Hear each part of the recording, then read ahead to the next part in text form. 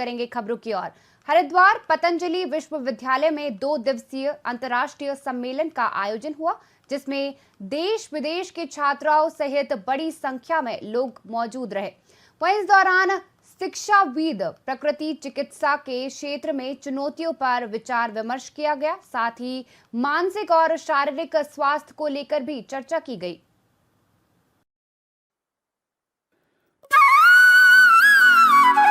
पतंजलि पतंजलि पतंजलि हो पतंजलि, स्वदेशी स्वाभिमान राष्ट्र सेवा का अभियान है। पतंजलि पतंजलि पतंजलि हो पतंजलि, स्वदेशी स्वाभिमान राष्ट्र सेवा का अभियान है। पतंजलि पतंजलि हो पतंजलि। बहुत बड़े योग नेचुरोपैथी के विशेषज्ञ स्पीकर्स और बहुत ही सम्मानित अतिथिगण यहाँ पर हैं। तो आने वाला समय अब योग का, आयुर्वेद का, नेचुरोपैथी का होगा। योग, आयुर्वेद, नेचुरोपैथी जो एक इंटीग्रेटेड ट्रीटमेंट है, अब ये पूरे विश्व में सम्मान प्राप्त करेगा, क्योंकि एलोपैथी में बीमारियों का कंट्रोल तो है लेकिन उनका क्योर नहीं है। और अब पूरी दुनिया इंटीग्रेटेड और सस्टेनेबल सॉल्यूशंस की ओर देख रही है, जिसको योग, आयुर्वेद, नेचुरोपैथी फुलफिल करेगी। बस यहाँ पर भारत सरकार का सेंट्रल काउंसिल फॉर रिसर्च इन योग एंड नेचुरोपैथी एवं पतंजलि योग पीठ मिलकर के यहाँ पर पतंजलि विश्वविद्यालय के कैंपस में मनाया गया। और इसमें पूज्य गुरु रामदेव जी, बाबा जी और आचार्य बालकृष्ण जी और उनके साथ भारत सरकार से मैं सचिव आयुष और हमारे डिप्टी डायरेक्टर जनरल सब यहाँ उपस्थित थे। भव्य कार्यक्रम हुआ।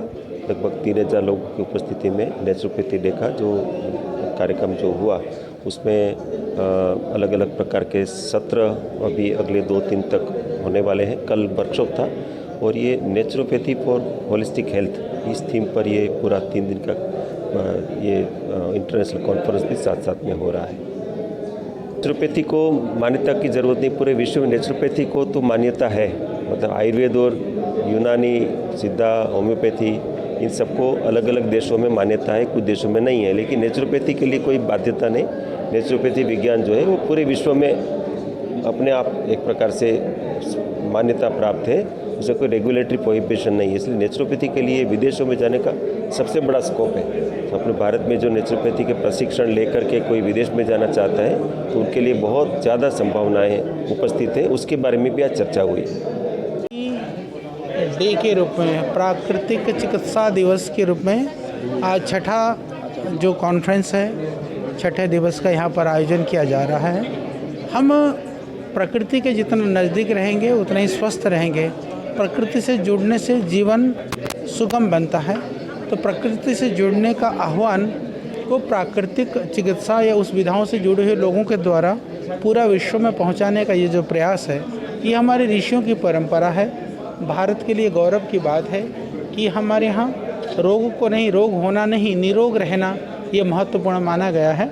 निरोग रहना वो प्राकृतिक उपायों से ही संभव है। उसके लिए यह बड़ा आयोजन भारत सरकार के सहयोग से पतंजलि विश्वविद्यालय में आयोजित किया गया है।